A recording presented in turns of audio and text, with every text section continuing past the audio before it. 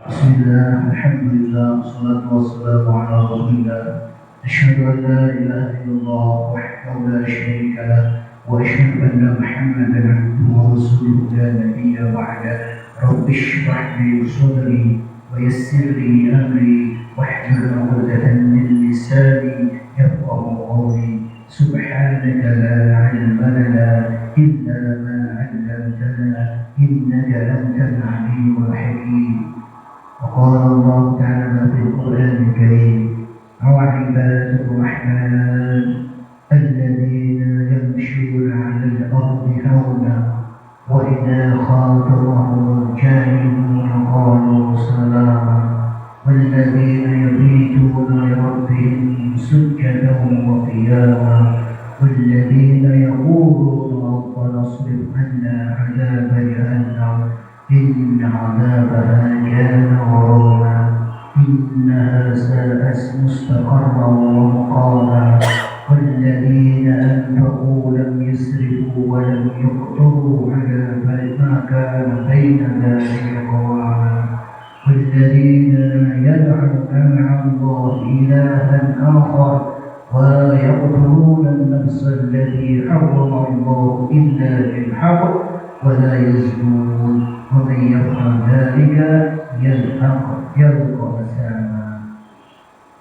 Jemaah salat subuh yang dimuliakan oleh Allah, alhamdulillah, di penghujung Ramadan tanggal 28 ini Allah masih menjadikan kita menjadi orang yang sedikit.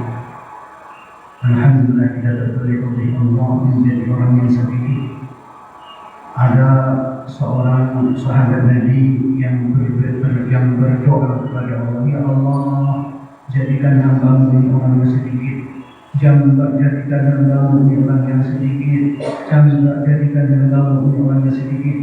Maka sahabat bertanya, orang ini aneh, kenapa orang ini kemudian mendoakan berdoa kepada Allah supaya menjadi orang yang sedikit? Ternyata orang-orang yang sedikit ini orang yang terpilih oleh Allah Subhanahu wa taala. Qalilun min ibadiy syakur, sedikit sekali orang yang salat, orang yang syukur, sedikit sekali orang yang baik, sedikit sekali orang yang ingat Allah, sedikit sekali orang yang selalu mikir Allah. Maka alhamdulillah, semoga di tengah-tengah atau di akhir-akhir perhelatan, di akhir-akhir pertandingan seperti ya, alhamdulillah kita termasuk golongan orang yang sedikit yang telah bisa mengalahkan lawan-lawan kita yang dengan seleksi alam telah berguguran di tengah jalan. Alhamdulillah, dan semoga kita termasuk orang-orang yang digaulkan oleh Allah sebagai ibadur rahman. Apa itu ibadur rahman? Yaitu orang hamba-hamba Allah yang penyayang, hamba-hamba Allah yang dipilih oleh Allah, hamba-hamba Allah yang sedikit, hamba-hamba Allah yang dijanjikan oleh Allah Subhanahu wa taala dengan surganya Allah. Siapa itu ibadur rahman? Allah Subhanahu wa taala dalam surah Al-Furqan ayat 50-63 mengatakan, alladzi wa ibadur rahman alladzina yamshuna 'alal ardi hauna wa idza khatabahumul jahiluna qalu salama. Orang-orang abdi-abdi Allah yang pengasih, hamba-hamba Allah yang penyayang itu adalah orang-orang yang berjalan di atas bumi dengan rendah hati, orang-orang yang berjalan di atas bumi dengan tidak sombong, orang-orang yang berjalan di atas bumi itu tidak menyombongkan dirinya. Dan orang-orang yang apabila orang jahil menyapa mereka, orang bodoh menyapa mereka, orang yang tidak mempunyai pengetahuan menyapa mereka, maka mereka mengatakan qalu salama, mereka mengucapkan kata-kata yang mengandung keselamatan, bukan kata-kata kemudian mengejek mereka atau membalas mereka. Itulah ibadur rahman. Kemudian Allah menyebutkan juga walladzina yabituna li rabbihim sujjadan wa qiyama. Siapa ibadur rahman itu? Mereka itu adalah orang-orang yang melalui malam hari mereka dengan bersujud dan berdiri kepada Tuhan mereka.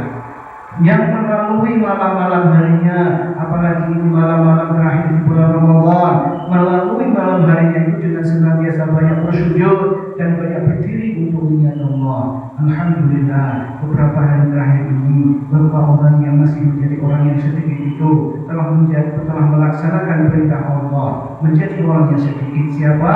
Yaitu mereka yang sedang mendirikan sholat di waktu malam dan kemudian memperpanjang sujudnya, karena sesungguhnya abdi dan hamba dan Abdullah, hamba dengan ciptanya itu yang paling dekat adalah dikala sujud, dan air mata yang mengalir pada saat itu adalah air mata yang akan memadamkan api neraka.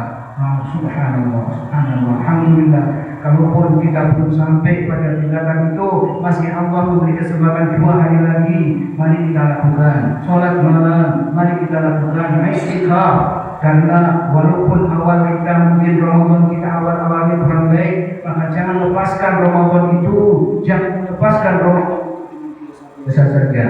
Karena celaka, sungguh Rasulullah mengatakan celaka orang yang mendapati Ramadan tapi kemudian ampunan Allah. Allah beri kesempatan di awal-awal, oke, tidak apa-apa, tapi di akhir janganlah kemudian dilepaskan. Bagaikan kuda berpacu, maka di akhir-akhir sprint, di akhir-akhir finish ini, maka dia akan melakukan yang terbaik, mengoptimalkan gerakannya, mengoptimalkan pacuannya. Karena Imam sahabat seorang tabi'in mengatakan, innamal a'malu bil khawatim, sesungguhnya setiap amal perbuatan itu tergantung di akhirnya.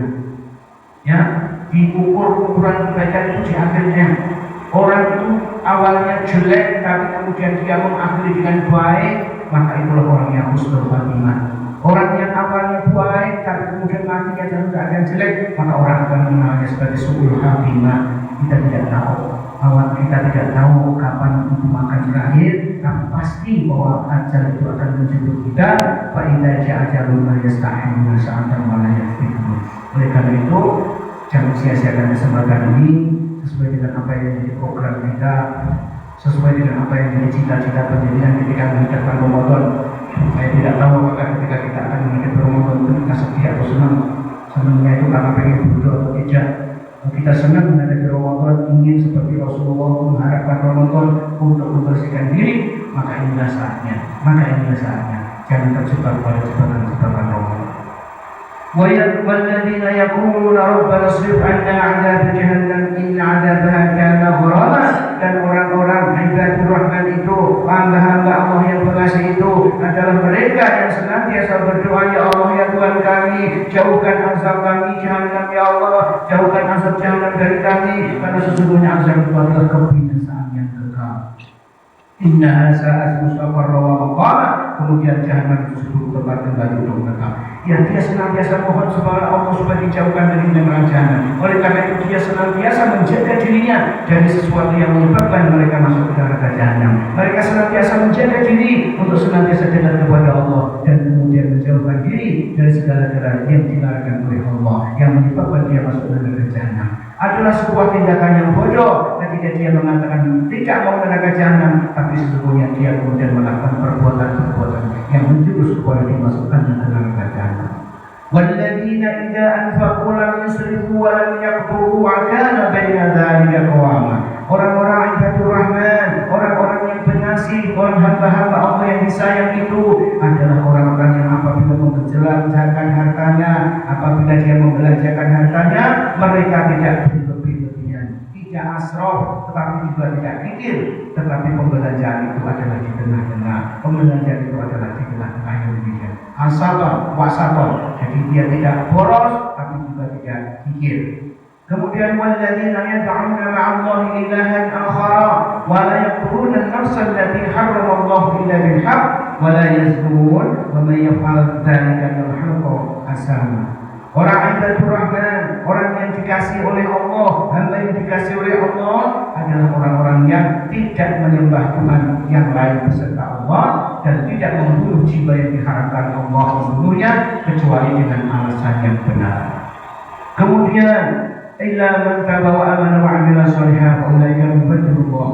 Orang-orang ibadur Rahman adalah orang-orang walladzina la yashhaduna zura wa idza marru bil lahwi marru kirama.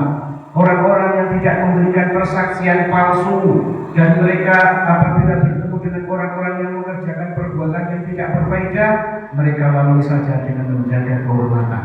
Itulah orang ibadur rahman. Wa ila walladzina idza dzukiru bi ayati rabbihim lam yahirru 'alaiha summan wa umyan. Nah ini yang penting. Dan orang-orang ibadur rahman itu adalah orang yang sedikit. Siapa itu? Orang-orang yang diberi peringatan dengan ayat-ayat Tuhan mereka. Ketika diajari mereka, diajarkan pengajian kepada mereka, mereka tidak menghadapinya sebagai orang yang tuli dan orang yang buta. Orang yang kemudian menulihkan diri, orangnya hadir tapi tidak mendengarkan. Kelihatannya mereka melihat tapi tidak memperhatikan. Itulah orang-orang yang tidak termasuk orang yang ibadur rahman. Orang ibadur rahman ketika diajarkan kajian-kajian atau diajarkan peringatan dengan ayat Al-Quran, diingatkan dengan ayat Al-Quran, mereka itu tidak menundukkan diri, mereka tidak berpaling. Karena siapa yang berpaling dari ayat Allah, Allah mengatakan, wa man a'rada 'an dzikri fa inna lahu 'aishatan dhanka wa nahsyuruhu yaumal qiyamati a'ma. Dan orang-orang yang berpaling dari ayat Allah dan orang-orang yang tidak mau mendengarkan ayat-ayat Allah ketika diucapkan, maka mereka itu akan dijadikan hidupnya di dunia dalam keadaan menderita, dalam keadaan kemerungsung, dan akan dikumpulkan di akhirat nanti dalam keadaan mereka itu buta. Kemudian sampai mereka mengatakan qalu rabbi lima hasyartani a'ma wa qad kuntu basiran. Ya Allah, Gusti, ya Allah, panjenengan kumpulkan aku dalam keadaan buta. Ya Allah, kenapa engkau kumpulkan aku dalam keadaan buta? Maka Allah mengatakan, dzalika ataska ayatuna fanasitaha. Karena demikian engkau ketika engkau masih hidup, aku telah memberikan kepadamu ayat-ayat, tapi kamu melupakanku. Kamu melengos, kamu berpaling, kamu berlari, tidak mendengarkan, menundukkan diri, dan kamu membutakan diri. Maka kemudian Allah Subhanahu wa taala mengatakan, wa kadzalika al-yauma tunsa, maka Allah Subhanahu wa taala pada hari ini akan melupakan diri kamu.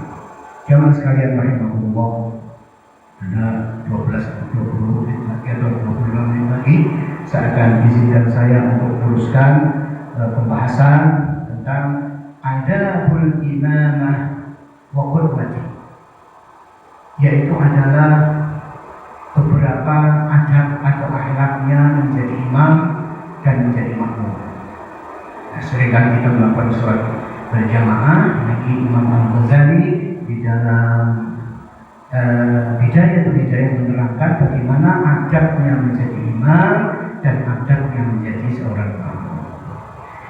Yang bagi imam an yukhaffif as-salata. Sesungguhnya sebaiknya seorang imam itu meringankan sholatnya. Seorang imam itu hendaknya meringankan sholat ketika menjadi imam. Jangan memberatkan, kecuali kita telah sepakat dalam makmum yang banyak, misalnya anak-anak kecil atau orang besar, orang tua dan sebagainya, umum, bukan menjadi orang yang sudah khusus. Seperti tadi malam misalnya, tadi malam yang mulai kita lakukan sholat 10 rakaat 2 jam penuh, 1 juz. Itu lama, berdirinya lama, sujudnya lama, rukuknya lama. Tapi sudah kesepakatan, kalau kita ini meniru Rasulullah, ya begitu sholatnya. Rasulullah itu sholatnya tengah malam, dan panjangnya berdiri sama dengan panjangnya rukuk, sama dengan panjangnya sujud. Dan jangan kamu tanya berapa panjangnya. Tetapi kalau kita menjadi imam orang banyak yang sholat biasa, maka kita harus meringankan, meringankan bacaannya. Jangan yang panjang-panjang, apalagi maghrib di tengah kita sudah ada makanan yang sudah tersedia, maka jangan itu hukumnya makruh kalau kita membaca ayat panjang-panjang. Masa maghrib baca abasa wa tawalla, masa maghrib baca ini. Cukup pendek-pendek. Kita lihat di pemahaman pendek-pendek. Lalu kuliah ayat kafir, Allahuakbar, pendek-pendek. Untuk meringankan, yassiru wa la tu'assiru, permudah, jangan kau persukar. Kalau imami pada orang, ya pendek-pendek. Qala Anas radhiyallahu anhu, ngendika sapa berkata sahabat Anas radhiyallahu anhu, ma shallaitu khalfa ahadin salatan akhaffa walam atama min salati Rasulillah sallallahu alaihi wasallam.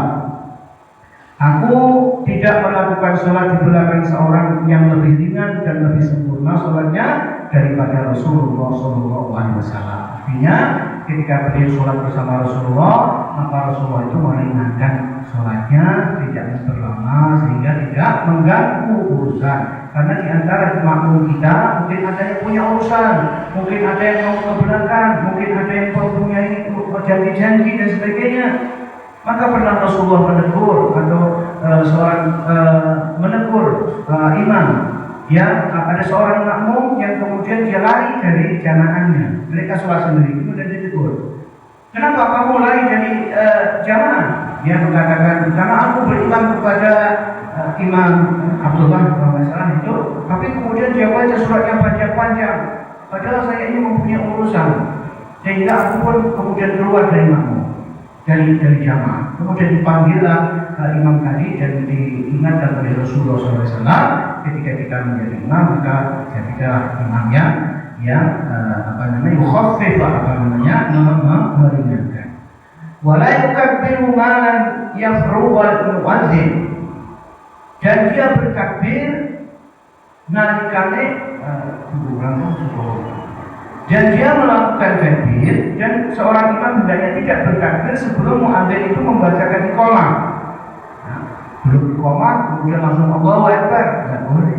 Tunggu dulu muadzin mengumandangkan iqamahnya. Iqamah wala yastawis sufufu, dan tidak akan melaksanakan sholat sebelum sholatnya lurus sempurna. Imam harus menata barisan. Sawu sufufakum fa inna tasbiyatas sufufa min tamamis shalah. Luruskan, rapatkan saf-safmu, rapatkan barisan dirapatkan. Itu perintah. Itu jangan kemudian memberangkatkan perang sebelum pasukannya itu sempurnakan dulu pasukan, kemudian berangkatkan perang. Ya. Dalam istilah subuh wa yarfa'ul imam sautahu, dan hendaknya seorang imam itu bersuara keras di takbirati, dan kelawan sekali takbir, wa la yarfa'ul ma'mum sautahu illa biqadri yasma'. Dan makmum tidak boleh melebihi kerasnya takbirnya imam. Harus Allahu Akbar keras, tidak Allahu Akbar, tidak. Dia harus keras. Bahkan di dalam kitab kecil juga As-Safinah diterangkan betul takbir itu yang benar, bagaimana lam jalalahnya, tasdidnya di lam jalalah harus dibaca Allahu Akbar, harus panjang.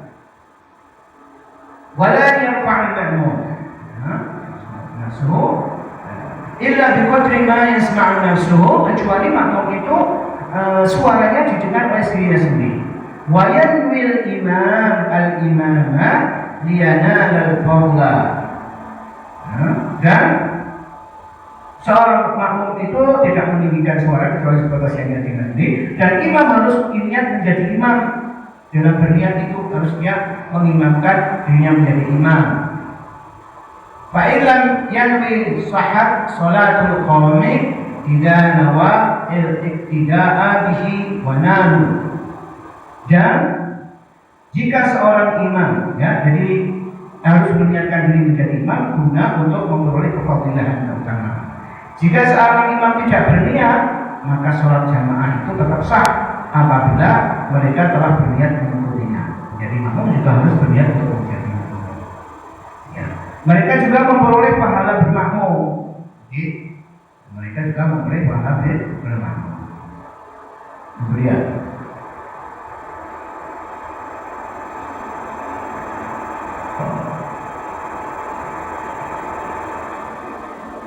ويجهر والتعامل كالمنفرد ويجهر بالفاتحة. Dan seorang makmum atau seorang imam tidak boleh mengeraskan bacaan ta'awudnya. Kayak bukan munfarid kecuali seperti orang yang munfarid. Wayajharu bil fatihati, dan harusnya seorang imam itu menjaharkan menyuarakeraskan Fatihahnya. Wa surati fi jami'i subhi wa awwalati al-maghribi wal 'isya. Ketika dia sholat subuh, ketika dia pimpin sholat subuh, sholat maghrib dan sholat isya, maka seorang imam harus menjaharkan, mengeraskan suaranya dalam bacaan al-fatihahnya dan di dalam suratnya. Wa kadzalika al-munfaridu wa yajharu bi qawlihi amin. Begitu juga ketika dia itu makmum itu dalam sholat jahar itu dia harus menjaharkan Fatihah dan suratnya di surat di rakaat awal dua rakaat yang pertama. Baik harus dikauli amin dan makmum menjaharkan kaul amin. Aminnya itu waladhdallin. Jangan cepat-cepat amin. Antara amin, barang siapa membaca amin itu bareng bacaan imam aminnya imam, maka akan dicatat oleh malaikat dan malaikat pun juga akan membersamai aminnya. Jadi kalau kita mengucapkan amin jangan cepat-cepat waladhdallin, sudah amin. Tunggu waladhdallin, sebentar, amin. Kan tidak boleh waladhdallin, amin. Tidak boleh. Waladhdallin, amin. Wakadzalika al-ma'mum yaqra'una al-ma'mum ta'minahu bi ta'minil imam. Maka makmum juga mengaminkan apa yang diaminkan oleh imam. La yaqiban lahu wa yasqutul imam sakatan akibat Fatihah. Di saat itulah makmum membaca surat Al-Fatihah atau sesudahnya dia mendengarkan bacaan imam. Jadi imam setelah bacaan amin tidak segera baca surat, dia sebentar dan memberi kesempatan kepada makmum untuk membaca Al-Fatihah. Jadi pilihan segi serkati dia dapatkan yang istamah dari qiraat imam. Ya. Jadi pada sholat jahar makmum tidak membaca surat kecuali jika dia tidak mendengarkan suara imam. Pada saat dia menjadi makmum, ya, makmum itu tidak perlu setelah baca Fatihah membaca surat. Cukup suratnya itu diwakili oleh imam, kecuali kalau dia tidak mendengar bacaannya imam. Maka seyogianya seorang imam itu bersuara keras. Oleh karena itulah di dalam Rasulullah SAW itu memberikan kriteria untuk menjadi seorang imam. Apa kriteria seorang menjadi imam? Yang pertama itu Rasulullah SAW kriteria menjadi seorang imam itu adalah orang yang bacaan Al-Quran yang baik. Ya, Rasulullah mengatakan, ya ummul qawmu aqra'uhum li kitabillah fa in kanu fil qira'ati sawa'an fa'alahum bis sunnah fa in kanu fis sunnah sawa'an faqtumuhum hijrah fa in kanu fil hijrah sawa'an faqdamuhum silman wa la ya'manna rijalu rajulu fi syaitanihi wa la ya'udu fi baitihi ala taklimati illa bihi. Nabi Muhammad SAW bersabda, yang berhak menjadi imam sholat suatu kaum adalah orang yang pandai dalam membaca Al-Quran. Jadi kalau kita punya imam, imamnya bacaan belepotan itu sesungguhnya menjadi rusak sholatnya. Apalagi berani-berani memberanikan diri untuk menjadi imam. Ini ukuran pertama kriteria diangkatnya seorang imam kata Rasul, bacaannya harus benar. Bacaannya harus benar dari segi makharijul hurufnya, baca tajwidul huruf dan sifatuha, sifat-sifat hurufnya, bagaimana mengucapkan waladhdallin tidak waladhdallin, bagaimana dia mengucapkan khususnya Al-Fatihah. Karena bacaan yang wajib di dalam sholat itu cuma 4, yaitu takbiratul ihram, Al-Fatihah, tahiyyat dan sholawat dan salam. Ini 4. Ini 4 ini harus benar. Oleh karena itu seorang kalau sudah menjadi imam haruslah mentajadud dulu. Tajadud itu mentaskhihkan bacaannya kepada seorang ahli. Tidak boleh seorang imam belajar transliterasi, membaca Al-Qur'annya dari transliterasi, tidak boleh, tidak pada guru. Haram hukumnya belajar Al-Quran tanpa guru. Rasulullah SAW di saat bulan Ramadan beliau mentashih Al-Quran dengan malaikat Jibril. Musafahah itu artinya saling mendengarkan di depannya, seperti tadarus begitu. Dengan ini kita akan saling mengetahui kualitas bacaan kita. Tadarus itu. Maka tadarus itu adalah kesunahan. Bagaimana Rasulullah SAW senantiasa bertadarus kepada dengan malaikat Jibril, dengan musafah itu saling berhadapan-hadapan. Yang harus bertajadud. Tajadud itu memperbaiki bacaannya, sahih atau tidak. Bagaimana? Bahkan saya mencatat di Sabilan Belajar itu diterangkan secara mendetail bagaimana Al-Fatihah itu tajdidnya di mana, enggak boleh salah, saktahnya di mana, bagaimana peraturan membaca Al-Quran, membaca Al-Fatihah, bagaimana takbiratul ihram, Allah Akbar, enggak boleh. Allah dan Akbar itu muwalatul, saling menuri-nuri, harus terus-menerus, enggak boleh kemudian Allahu Akbar itu berpisah-pisah, gitu. Kemudian yang kedua, fa'idanu fi qiraati samaan. Kalau kemudian jika dapati ada 2 orang yang sama bacaan, kualitas bacaan yang sama, ya, fa'lamuhum bisunnah, maka kemudian pilihlah orang yang paling alim dalam sunnah, pilihlah orang yang paling pandai dalam hal agama, pilihlah orang yang paling faqih dalam hal agama, orang yang pandai dalam agama. Jangan orang yang baru belajar kemudian memberanikan diri atau diangkat jadi imam. Fa'idhan mobil sunnah disawaan, lamun nalikane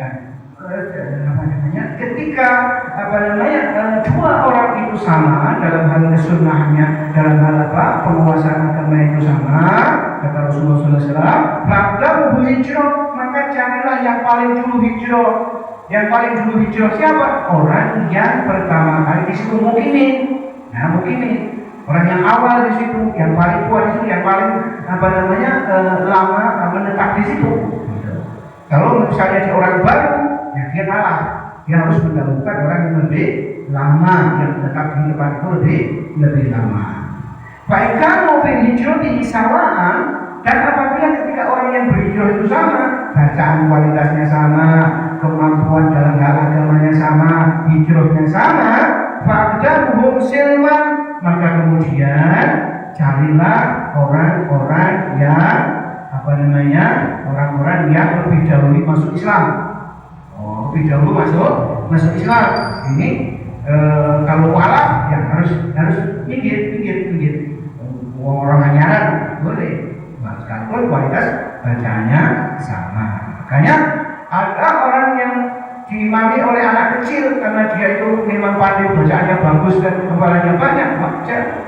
Jadi tidak harus tua. Ketuaan itu adalah merupakan syarat kesekian kali. Nah, itu diriwayatkan oleh Imam Muslim pada hadis nomor 623 dan Ibnu Mas'ud Al-Ansari radhiyallahu anhu. Kemudian ada tambahan lafaz, fa in kanu fil hijrati sawa'an falyu'min akbaruhum sunnah. Jika mereka sama-sama dalam amalan hijrah, maka yang paling tua di antara mereka lah yang berhak menjadi imam. Jadi secara berurutan, imam itu pertama orang yang pandai dalam baca Al-Quran.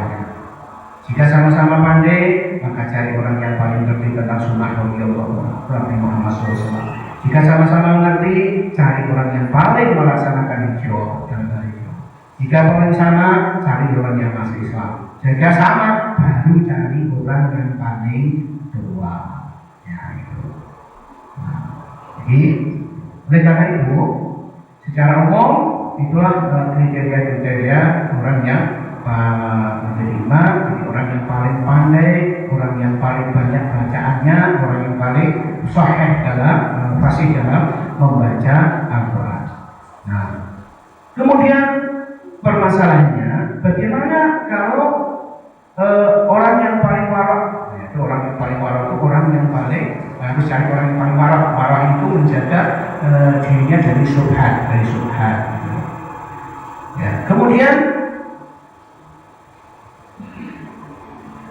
Rasulullah dalam sebuah hadis Ahmad menerangkan, apabila seorang menjadi imam, padahal di belakangnya ada orang-orang yang lebih utama daripadanya, maka semua mereka dalam kerendahan terus-menerus. Jadi ya istighfar. Kalau ada seorang kita bermakmum dengan imam, ya sesungguhnya ada yang lebih pantas, tetapi ya terus. Jadi itu maka di dalam hadis Imam Ahmad ini diterangkan mereka ada dalam kerendahan terus-menerus. Kita teruskan.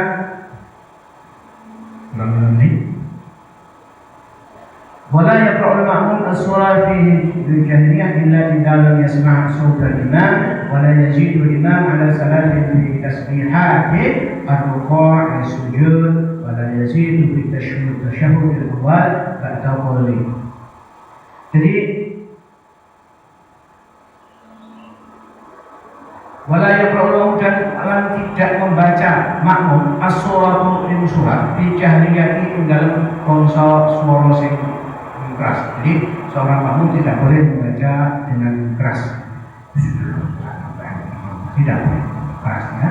Jadi idza lam yasma' sautal imam wala yazidul imam ala salati dan tidak menambahi imam itu pada 3 yang dalam tasbih. Jadi ketika baca tasbih, rukuk, sujud itu cukup 3, jangan panjang-panjang. Kecuali pada sholat yang sudah disepakati sholat malam yang panjang, memang bacaan tasbihnya mungkin bisa 10, bisa 15, bisa 20 untuk memperpanjang sholatnya. Tapi ketika sholat maktubah biasa itu bukanlah bacaan cukuplah itu tiga kali.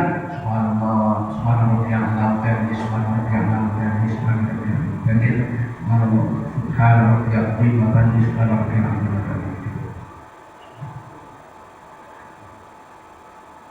Wassalli ala sayyidina Muhammadin wa ali Muhammad wa yaqtasiru fi rak'ataini akhirataini. Dan hendaklah dia memendekkan fi rak'ataini dalam 2 rakaat terakhirnya. Al-Fatihati dan cukup membaca Al-Fatihah. Wala yutawwilu 'ala al-qawmi dan tidak memanjangkan imam, wala yazidu du'a fi tasyahhudil akhir dan tidak memanjangkan doanya imam itu pada tasyahud akhir. Ala qadri tasyahudi wa sholati ala Rasulillah sallallahu alaihi wasallam, sekira-kira sama dengan tasyahudnya dan sholawatnya pada Rasulullah sallallahu alaihi wasallam. Terus ditambah-tambah.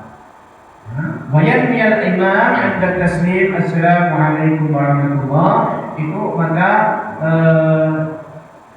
kemudian imam juga memberi salam al-qawmi kepada kaum-kaum yang sebelumnya, wa al-qawmu bitaslimi jawabahu wa yasrul imam sa'adan ba'dama yaqawmu bil salam wa yuqilu 'ala an-nasi biwajhi wa yastafidu in kana qalbuhu an-nisa yansurifanna awalan wa la yaqumu ahadun min al-qawmi hatta yaquma al-imam wa yansurifu al-imam haythu sya'a man yaminihi aw shimalihi wal yaminu ahabbu ilayhi wa yasul imam subhanahu wa ta'ala bil qunut.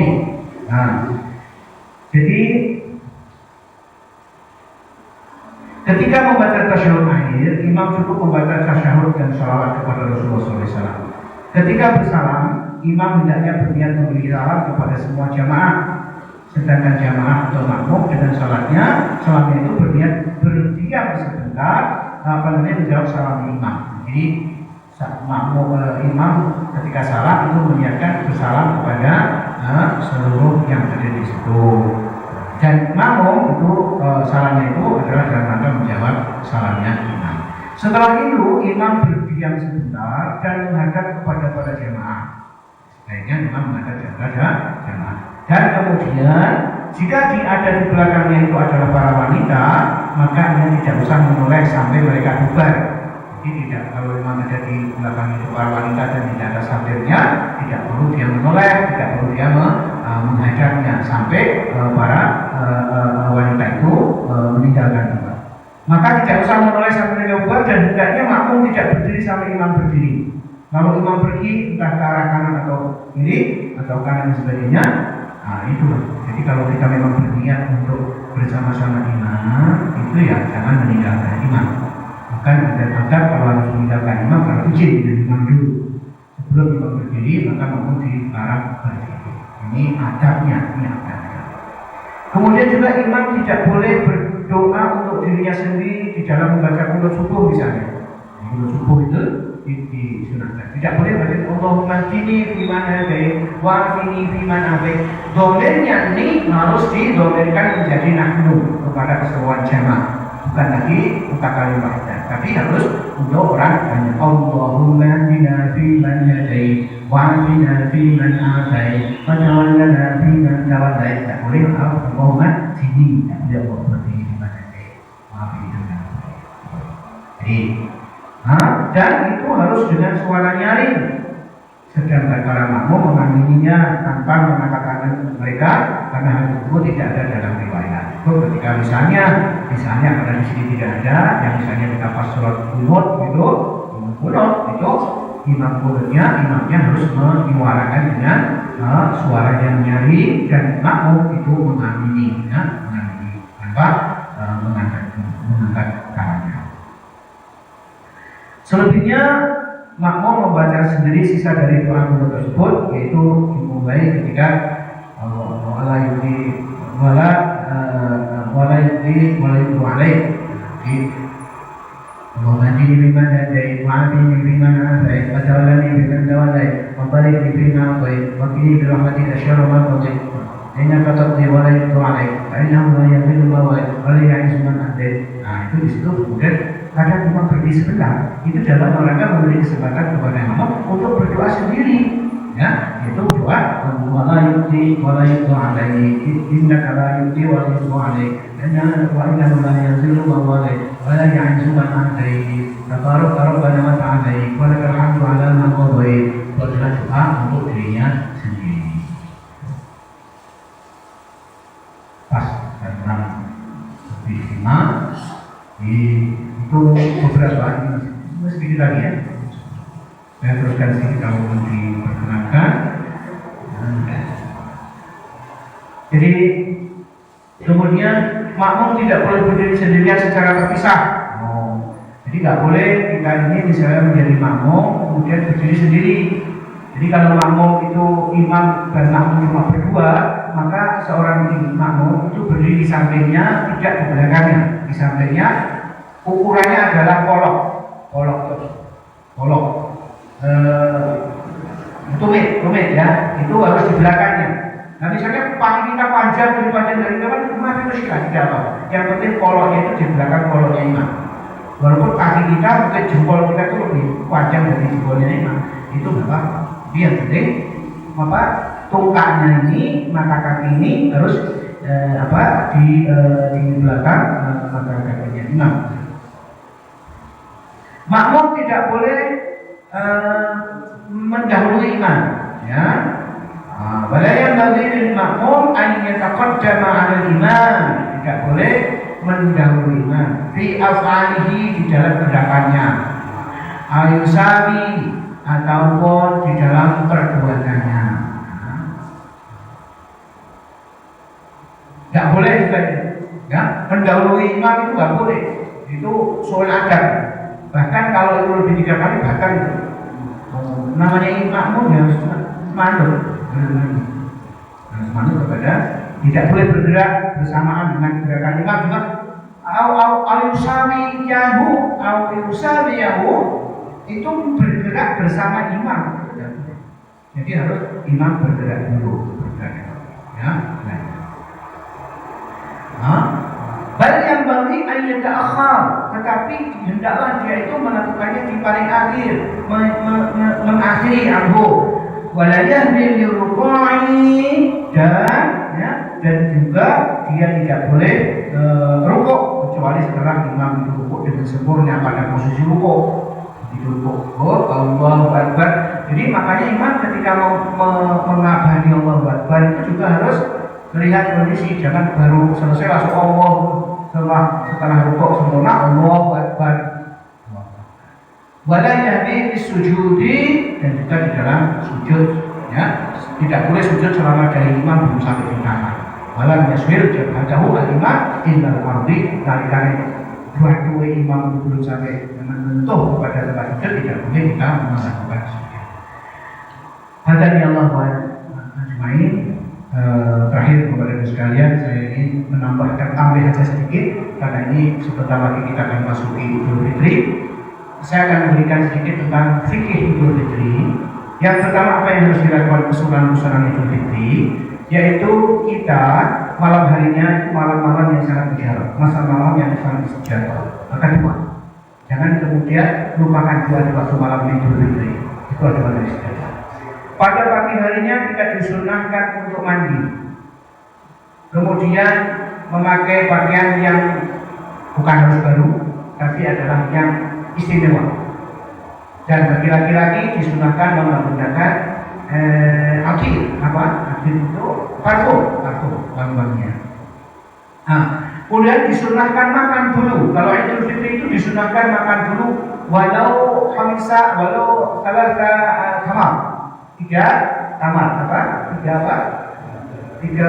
kamar itu kurma ya. Kalau kita punya kupat atau apa gitu ya, tidak boleh kita, pokoknya sedikit. Itu untuk membuktikan bahwa hari itu kita sudah buka, tidak puasa, karena haram hukumnya kita berpuasa pada Idul Fitri. Jadi kita sunnah makan dulu, walaupun satu air kita makan dulu, buktikan bahwa hari itu kita tidak puasa. Kemudian setelah mandi kita berhias, kemudian berangkat ke masjid itu dengan mengumandangkan takbir. Allahu Akbar, Allah dengan keras, kemudian la ilaha illallah wallahu akbar, Allahu akbar walillahil hamd, Allahu akbar, Allahu akbar. Ada takbir itu ada dua, takbir Allahu akbar, Allahu akbar, la ilaha illallah wallahu akbar, Allahu akbar, atau takbirnya ketiga Allahu akbar, Allahu akbar, Allahu akbar, la ilaha illallah wallahu akbar, Allahu akbar. Ya, mandinya itu mandi seperti mandi janabah, ya, janabah itu keramas, seperti keramas. Ya, berpakaian yang rapi sesuai sunnah. Ibu-ibu boleh pakaian yang baik, tapi untuk ibu-ibu jangan menggunakan parfum, ya. Parfum itu untuk bapak-bapak saja, dan ibu-ibu menggunakan parfum yang di depan bapaknya sendiri, ya Pak, anjurnya. Jadi makan sebelum sholat. Hadisnya Anas bin Malik orang Rasulullah SAW, la ya'tu yaumal fitri hatta ya'kulu tamara. Faqala man ja'a bi raja' haddatsani Abdullah. Jadi Rasulullah tidak akan pernah berangkat menuju sholat sebelum dia makan tiga biji kurma. Kemudian disunahkan berjalan ke tempat musola atau tempat untuk melaksanakan sholat itu dengan berjalan kaki, dan pulangnya sebaiknya mengambil jalan yang berbeda. Nah ini, kenapa? Ini adalah untuk syiar agama. Berangkat dengan berjalan kaki, memandangkan takbir, jangan malah bergurau, memandangkan takbir, pulang mengambil jalan yang berbeda dengan jalan berangkatnya. Ya, berangkatnya itu adalah perbuatan sunnah. Kemudian sholat id berjamaah. Ketika sholat id kita tidak ada sholat sebelum sholat id, kecuali kalau di dalam masjid. Kalau kita dalam masjid kita tahiyatul masjid. Tapi ketika di lapangan tidak ada tahiyatul lapangan. Tidak ada, kopiah juga tidak ada, secara langsung saja. Ya, dan diselenggarakan sholat itu tentu seperti saat ini harus sholat 4 hari praktek plus 1 tombak, jadi 3 15, 6/4 itu. Kalau sholat Idul Adha, sholat Idul Adha tidak boleh, sebaiknya tidak makan dulu, dan sholatnya diakhirkan, tidak seperti Idul Fitri. Kemudian sholat berjamaah, perempuan walaupun itu dalam keadaan haid, gadis dalam haid, diajak ke tempat sholat walaupun tidak mendekat, tapi agak jauh dari tempat sholat itu. Tapi tetap harus mendengarkan khutbah. Kemudian karena sholat itu didahului dengan sholat, ya biasanya kalau kita sudah sholat kan bubar. Nah ini tidak boleh, kita harus selesai sampai khatib menyelesaikan khutbahnya. Khutbahnya harus selesai. Maka tidak boleh kemudian sholatnya sudah selesai, dikiranya sudah selesai rangkaiannya. Enggak, rangkaian sholatnya itu sampai khutbah terakhir. Setelah itu persembahan berikutnya tahniah. Tahniah itu saling mengucapkan selamat. Nah, kalau kita mulai dari tahniah yang dicontohkan Rasul, taqabbalallahu minna wa minkum. Taqabbalallahu minna wa minkum. Semoga Allah mengabulkan ibadahmu, mengabulkan amal-amal ibadahmu. Jawabannya apa? Taqabbal ya dari semoga Allah mengabulkan kita. Jadi pun kita sholawat itu gomong-gomong badan kata wah orang sih ngarang itu tapi ketika itu menggunakan tahniah taqabbalallahu minkum itu sunnah Rasul. Karena kita salaman kalau buat orang bersate. Kalau memang itu tidak perintahkan Rasulullah SAW. Lafasahu bersalamah kamu dan itu akan bergugurkan dosa-dosa kamu. Ketika ketemu dua orang laki-laki, dua orang sahabat, kemudian bertemu dan saling bersalaman, maka bergugurlah dosa-dosa orang yang ada di situ. Nah, itu kira-kira beberapa hal yang dilakukan berkaitan dengan sholat Idul Fitri. Yang Fitri itu dilakukan dengan takbir 2 rakaat. Takbir pertama 7 kali. Allahu Akbar takbiratul ihram, takbiratul ihram takbir lagi 7 kali. Nah, selama 7 kali Allahu Akbar apa yang dibaca? Memang tidak ada yang dilakukan Rasulullah, tapi sekira-kira kita mengucapkan bacaan tasbih. Alhamdulillah. Allahu Akbar. Allahu Akbar sekira-kira. Dan pada rakaat kedua takbirnya cukup 5 kali. Biasanya imam akan membaca surat Al-A'la atau Safihis dan Al-Ghasyiyah atau atau juga surat Qaf dan surat Al-Qamar misalnya. Tapi itu misalnya. Ada lihat itulah yang saya sampaikan, mudah-mudahan ada manfaatnya bagi saya pribadi dan bagi sekalian. Mohon maaf atas segala khilaf dan kesalahan. Adan ya Allah wa iyyakum ajma'in. Assalamualaikum warahmatullahi wabarakatuh. Aqimis shalah.